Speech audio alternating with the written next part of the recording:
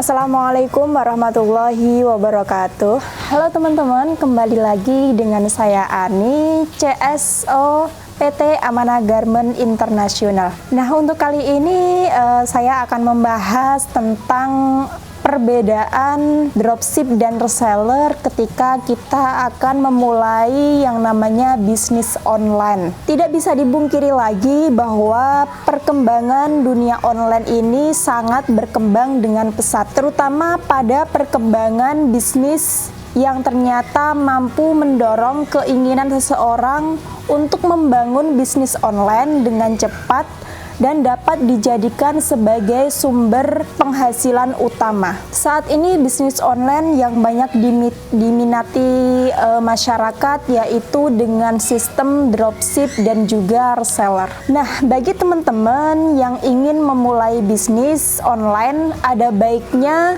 sebelum memulai bisnis online, teman-teman bisa mengetahui terlebih dahulu apa sih perbedaan dari dropship dan juga reseller. Nah, yang pertama yaitu dropship. Nah, dropship adalah teknik pemasaran di mana penjual tidak mempunyai atau menyimpan stok barang, dan jika si dropship mendapatkan order, maka penjual akan memasarkan orderan tersebut ke distributor ataupun supplier. Selanjutnya supplier itu akan mengirim barang tersebut dengan menggunakan nama penjual atau si dropship tersebut. Dengan cara ini, maka si penjual atau dropship seolah mempunyai toko sendiri dengan stok barang yang lengkap. Sedangkan untuk reseller sendiri adalah orang yang membeli produk dari seseorang distributor ataupun supplier dengan harga yang lebih murah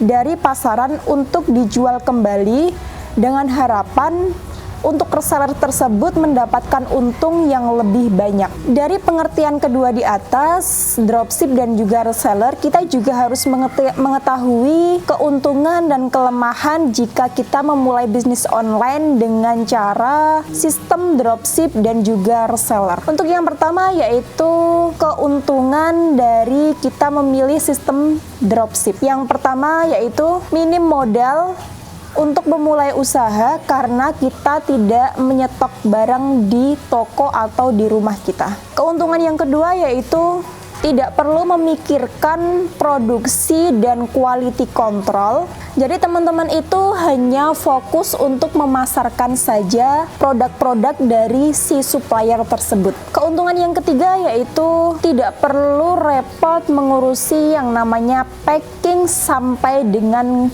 pengiriman. Teman-teman hanya bertugas untuk mencari pelanggan sebanyak mungkin supaya dapat berminat untuk membeli produk-produk yang teman-teman pasarkan. Untuk keuntungan yang keempat yaitu sebagai dropship itu tidak usah takut rugi karena kita kan tidak menyetok barang ya kalau kita itu menjadi seorang dropship. Kita hanya memasarkan produk dari si supplier tersebut. Untuk keuntungan yang kelima yaitu teman-teman itu sebagai dropship itu boleh bergonta-ganti lebih dari satu supplier. Biasanya seorang dropship itu mencari harga yang murah dan kualitasnya itu bagus.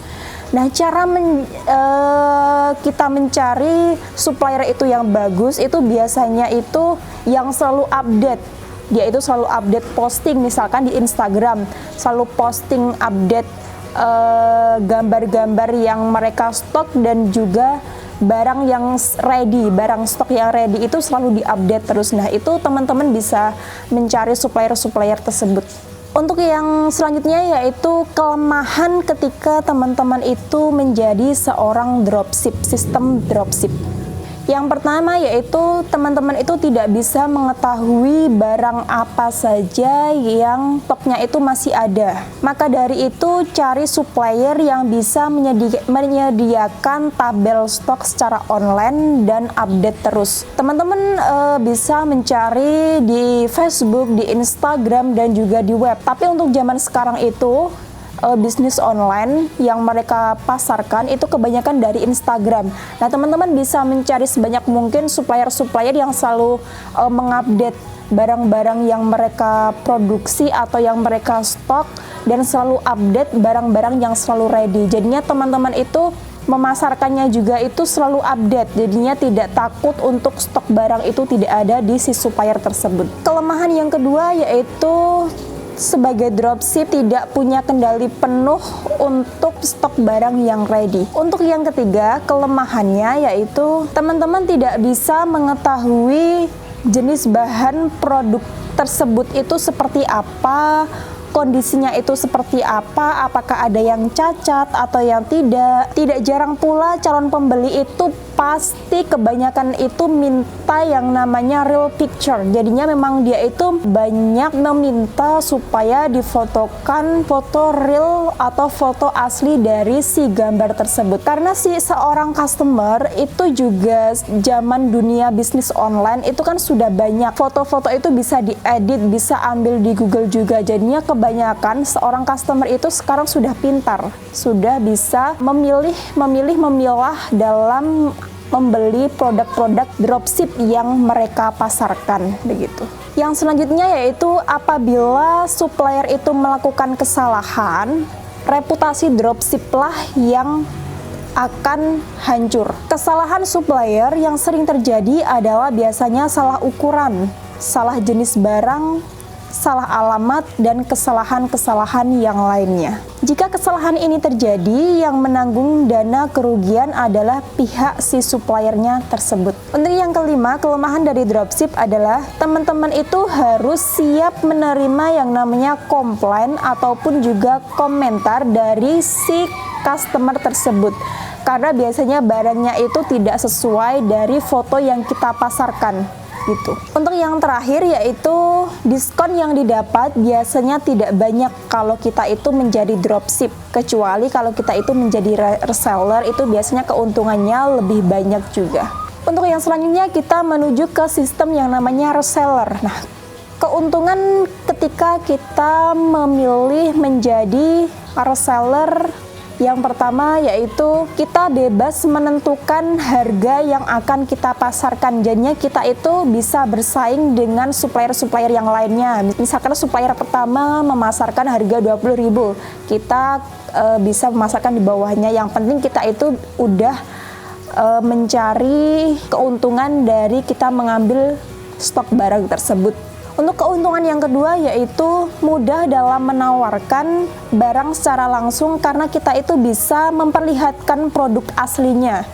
Jadinya kita itu ketika customer itu meminta, "Mbak, saya minta tolong dong difotokan baju aslinya ataupun barang aslinya supaya itu saya juga yakin untuk ordernya," seperti itu. Jadinya kita itu aman lah ketika kita itu menjadi reseller karena kita sudah ada barang aslinya di rumah kita atau di toko kita. Keuntungan yang ketiga yaitu kita itu bebas menawarkan produk kita itu di mana aja, bisa di Facebook, bisa di Instagram, bisa juga di web secara online. Jadi kita itu mudahlah kita itu dalam memasarkan produk-produk yang sudah kita stok di toko kita. Untuk keuntungan yang keempat yaitu kita itu bisa mengelola dan juga bisa mengecek barang yang ada di toko kita. Jadinya kita itu tidak mengecewakan si customer ketika dia mau membeli barang-barang yang ada di pada kita.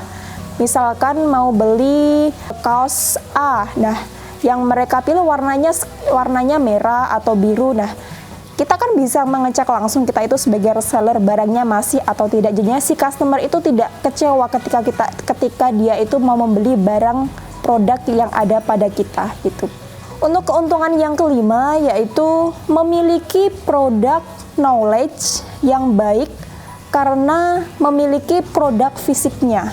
Untuk keuntungan yang keenam yaitu minim kesalahan dan resiko kerugiannya bisa kita kelola sendiri. Jadinya keuntungan dan kerugian kita sebagai reseller karena kan stok kita sudah ada di toko kita. Jadinya kita bisa mengelola sendirilah keuntungan dan kerugian dalam kita menjadi seorang reseller.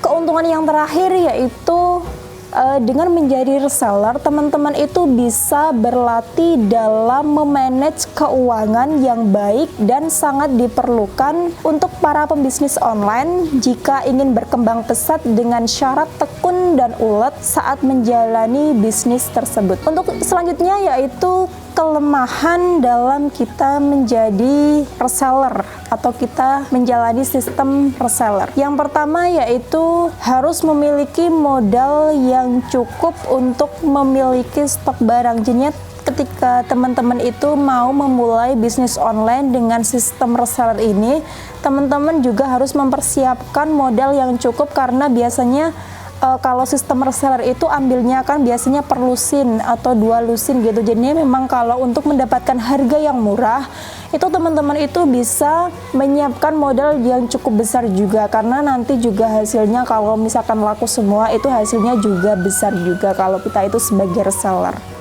Untuk yang kelemahan yang kedua yaitu memiliki resiko jika produk yang kita stok itu tidak terjual. Tapi nggak usah ragu, nggak usah takut. Bisnis online ini sudah sangat berkembang pesat, di mana seorang itu kebanyakan sekarang itu berbisnis online dengan cara jual pakaian atau peralatan rumah tangga dan lain sebagainya, banyak sekali. Apalagi sekarang itu musim yang namanya wabah corona. Kebanyakan seorang ataupun masyarakat itu kebanyakan sekarang itu mencari atau berbelanja secara online. Jadi kesempatan ini bisa teman-teman itu jadikan sebagai sumber penghasilan utama kita dalam berbisnis online. Untuk kelemahan yang ketiga yaitu kita sebagai reseller atau teman-teman ketika menjadi reseller itu masih direpotkan yang namanya packaging dan juga proses pengiriman. Untuk kelemahan yang keempat yaitu menanggung kerugian jika barang yang kita stok itu tidak laku dan stok yang ketinggalan zaman.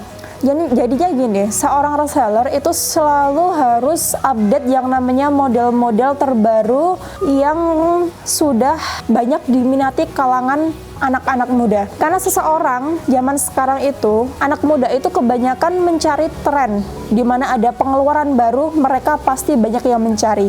Jadinya kita itu sebagai reseller, kita harus selalu update yang namanya model-model terbaru yang akan keluar. Jadinya ketika kita itu menyetok barang itu selalu habis karena banyak diminati dan selalu update model-model terbaru yang banyak diminati si customer tersebut. Nah, itu tadi untuk kelemahan dan keuntungan jika teman-teman itu menjadi atau memilih sistem yang namanya dropship dan juga reseller. Tujuannya dropship sebetulnya hampir sama dengan reseller. Perbedaannya itu hanya di stok barang yang ada di toko kita atau di rumah kita. Dropship itu tidak membutuhkan stok barang. Mereka hanya memamerkan foto-foto yang mereka dapat di si supplier tersebut, lalu mereka pasarkan untuk mencari pelanggan sebanyak mungkin supaya apa yang si dropship itu pasarkan bisa laku.